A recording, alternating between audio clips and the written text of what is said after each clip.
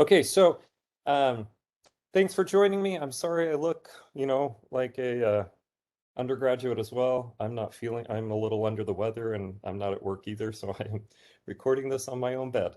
Uh, but I wanted to do a little review of both weeks 1 and 2. So we're going to cover a little bit of the sociological imagination, the levels of social life, how those are related. During the discussion on the levels of social life, I wanted to bring up the videos that you have to do for your um, activity board this week. And that way you can practice and make sure you're understanding what to be looking for in those videos. As always, interrupt me if you have questions. Um, this is to help you understand better rather than for me to be able to talk. So I'd rather know what questions you have as we go through so that I can make sure we're answering anything that you have. So to start out with, week 1, we read from two authors, C. Wright Mills and Alden Morris, and I wanted to give a little bit of a background on these two authors, very prominent figures in sociology. C. Wright Mills was working mostly in the mid-1950s. He died fairly young. As you can see, he died before he turned 50. He got his PhD at Wisconsin and was a professor at Columbia. And he was really known for critiquing the power structures of of American society and politics. So he wrote a very famous book called The Power Elite. He critiqued a lot of the ways that the capitalism and the military were caught up together and in politics. And he also, as you know, wrote the book, The Sociological Imagination, both for the public, but also to help sociologists realize kind of give a definition for our aim and a way of viewing the discipline of sociology. Alden Morris is a professor currently at Northwestern. He was one of my professors while I did my PhD. He got his PhD at SUNY Stony Brook. I misspelled that. And he's largely known for his work in the civil rights and social movements research.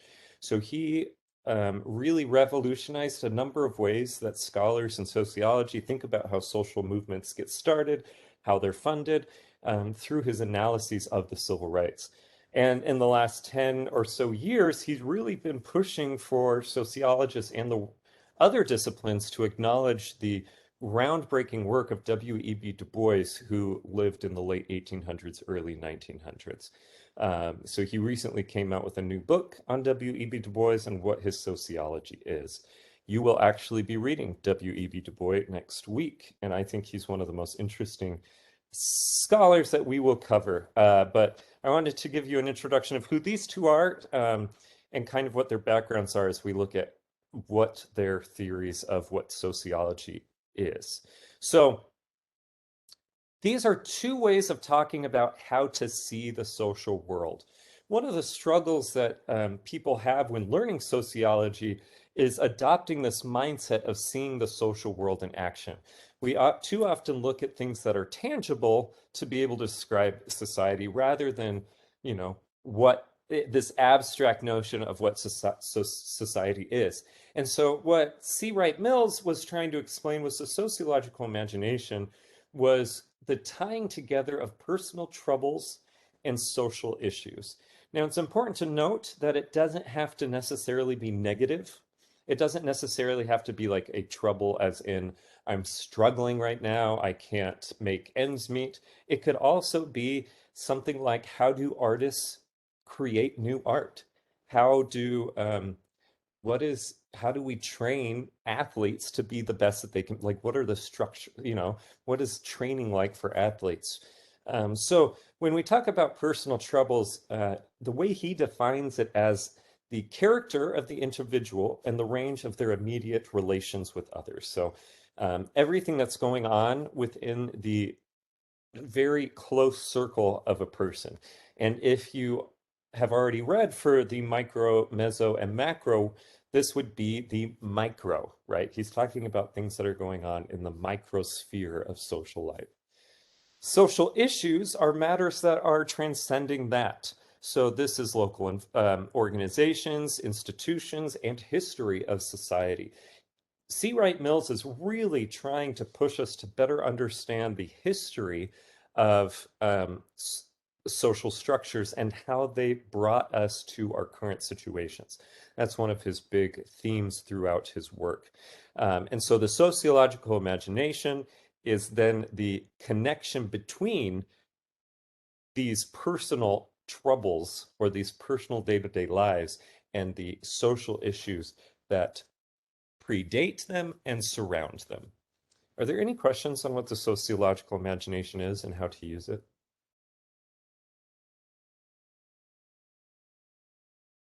No questions for me. Okay, great. So um, the second sight, on the other hand, is something that Alden Morris argued is developed largely through experiences of and history of marginalization. So he is arguing that the second sight is the ability to critically analyze structures and situations. And specifically, he's saying that people in the African American community have developed this because they have been able to, they've been on the other end of um, slavery, the Jim Crow, current discrimination. And so they are more able to recognize structures of power and discrimination in society than people who have the power. So often we will see that people who are born in, middle to upper classes who are in the racial majority or in the racial group that has power, in that have, are in the gender that has a lot of power in a society. They will often assume that the power that they have is simply the way the world works and should work, right? Rather than recognizing it as a distinct social construction, something that was created by society and by individuals, and something that doesn't have to be there. Whereas people in marginalized positions, whether that's gender, race, class, nationality, religion, etc., see that this is a social construct, see that there are power imbalances that are not natural and that they can be, disrupted. And at the end of his piece, he actually says that sociology is a brand of the second sight, um, known as the sociological imagination. So one of the key differences here is that the sociological imagination is largely something that C. Wright Mills assumes that we can develop through study and through investigation.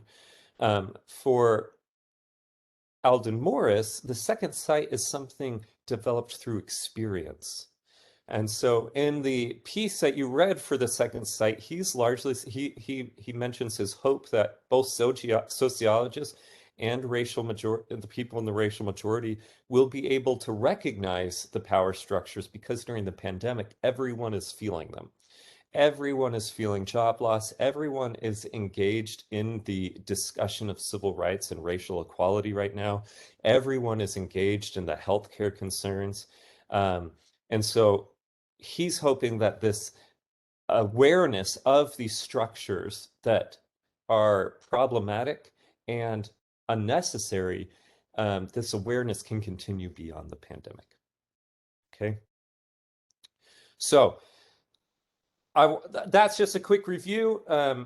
Were there any questions on how to connect the two or the difference or any examples?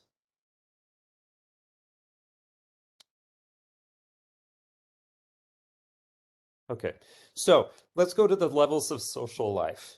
Um, so there's three levels that sociologists largely talk about. There are some distinctions. Some will talk about them in different ways, but generally we're going to talk about macro, meso, and micro.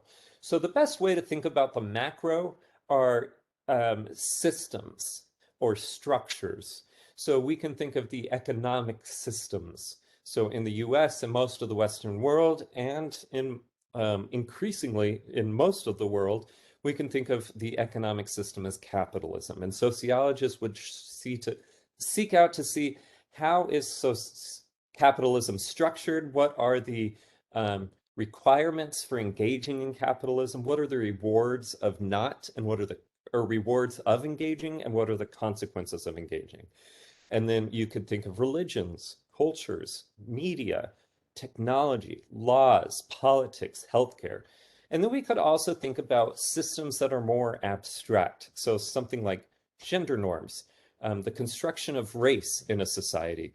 We could also think about things like homophobia or sexuality and how they're imbued in all of these other systems. So this is the macro. This is something that is abstract, it's large, it influences every part of our life, but not just our life. It encompasses a large number of society. And the way that we think about like the results of systems is that they are the ones that have institutionalized rewards and consequences. So, for example, in a religion, they have created um, or are enforcing various rules on engagement with God, with others, and with the religion at large.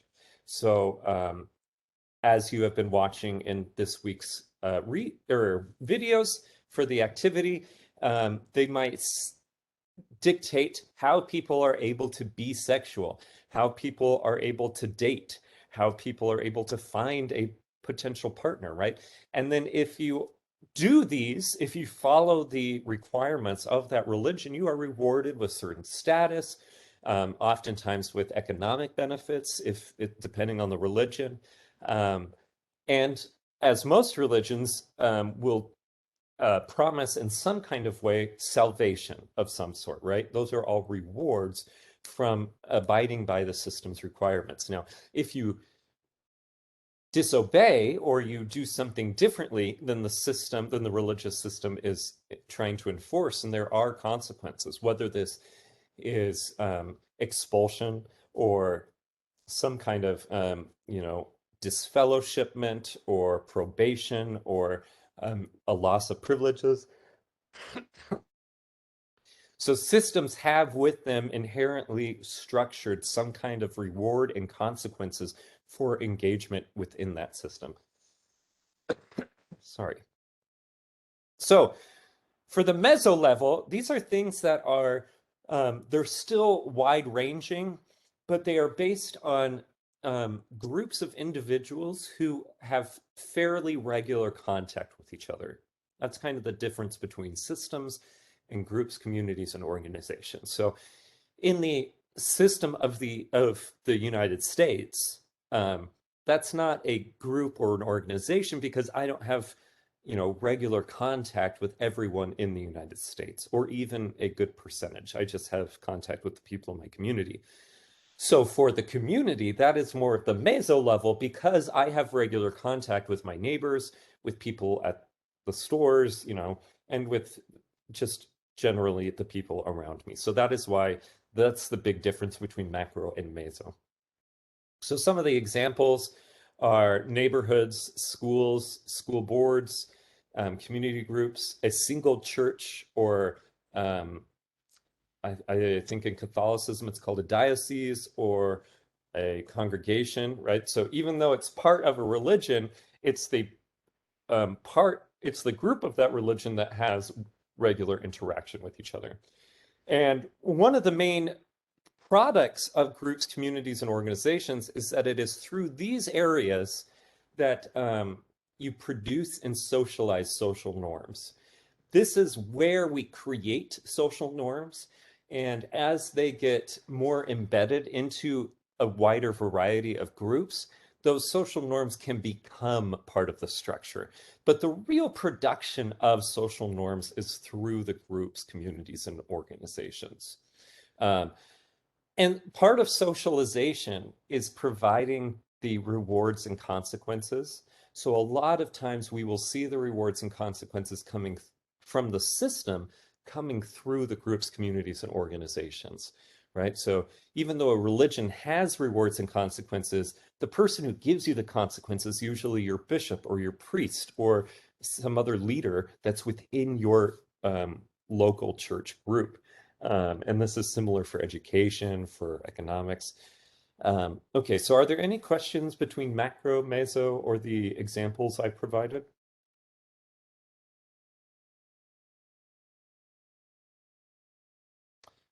Great. So last one is the micro. There's two kind of parts of the micro. There's the intrapersonal, which means within the person, And those include our identities, our roles, our beliefs, our bodies, our health, um, and the actions that we take every day, even things like our emotions and feelings. Those are also things that are influenced by social systems and social communities, even if they seem to be purely biological or psychological. Um, then there's the interpersonal micro, and these are things that are outside of the individual. So relationships, families, the teacher-student relationship, friendships, and things like that. So in this case, the micro is how relationships are formed, the orientation towards those relationships, right? Are they authoritarian? Is it abusive? Is it positive? Is it supportive, right? So how do these relations look, and how does society affect them at large? So when you're looking at those videos on Catholicism, Islam, and Hinduism and how they affect sexuality, what we're looking at is how does this system that provides rewards and consequences for following social norms affect communities, affect families, and affect individuals. And so we saw that, in the video on Islam, for example, there is a very strict role within the Islamic faith of how to find a partner. It's usually by referrals, or it is depending on your culture, it is enforced upon the woman who she will marry. Um, and then there's specific norms to follow, even for the act of sex. You have to go through various rituals, various prayers, you have to speak various phrases, ask for consent, and those are all dictated by this macro system, but it affects the way the people engage in sexual activity.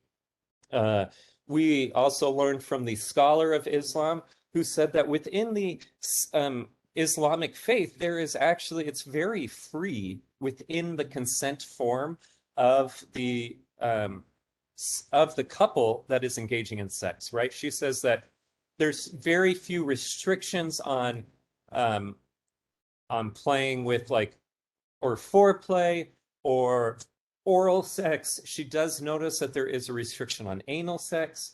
Um, and so there's a very delineated process of understanding how sex should and will be done and what is appropriate.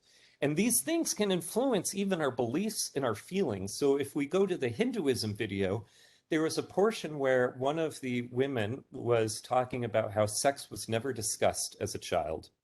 And in all that she watched growing up was Bollywood. And so when in early Bollywood, when there was a sexual scene, it would often just fade to black. There wasn't really um, any other suggestion of sex besides a blank screen. And she describes how when she imagined, you know, have a crush with a guy or any kind of sexual relationship, instead of imagining sex, her mind would go blank, right? It would mimic that black screen from Bollywood. And so even how these macro systems influence our imagination um, is important to note. And that's what sociologists are looking at is how do these three levels of social life kind of interact? How do they affect one another? And you'll also see that it doesn't always just boil down, right? It's not just that macro systems structure, um, personal relationships and individuals because we're human, the changes we make as individuals and as small communities will also trickle up to change social structures at large. So this is a reciprocal process between the three. Are there any questions on macro, meso, micro?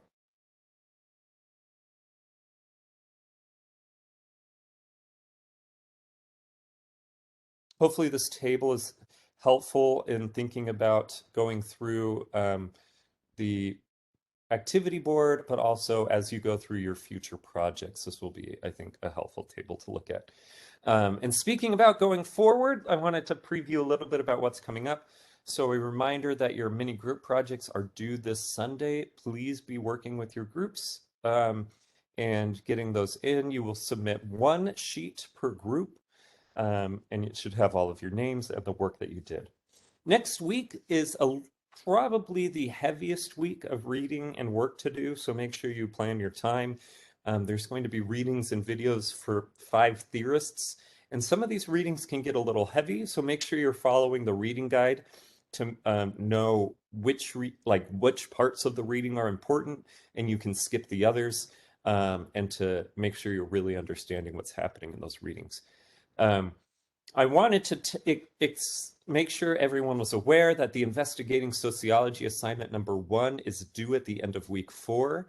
And for that assignment, you will need to do a little interview of someone you know, and then write a short essay connecting any personal troubles they have to social issues. So remember, this is the sociological imagination, and I highly suggest you think through what are their micro issues that they are engaged in, identity conflicts or um, new roles they're experiencing or new relationships they're in, and how are those then influenced by different meso and macro structures. That would be a really great framework for setting up your paper and thinking through it, so you're not kind of just shooting in the dark for trying to explain the personal trouble with a social issue. But that is it. I'm happy to stick around for any questions, and I hope this was helpful. I just have a quick question about the activity board that's due today. It Yeah. it said it was due before class, Oh, did or it say is it before? just before 11:59 tonight? It's before 11:59. So I do have an in-person class, and I might have messed up because Okay. theirs are due before class. So I will go back and make sure that you're not late. Don't worry. It is due Okay. tonight. Yeah. Just making sure. Thank Yeah, you. no, thanks for pointing that out, and I'll make sure that the rest of them are also correct in when they're due. Okay. Thank you. No, thank you. Any other questions about the course or about the material?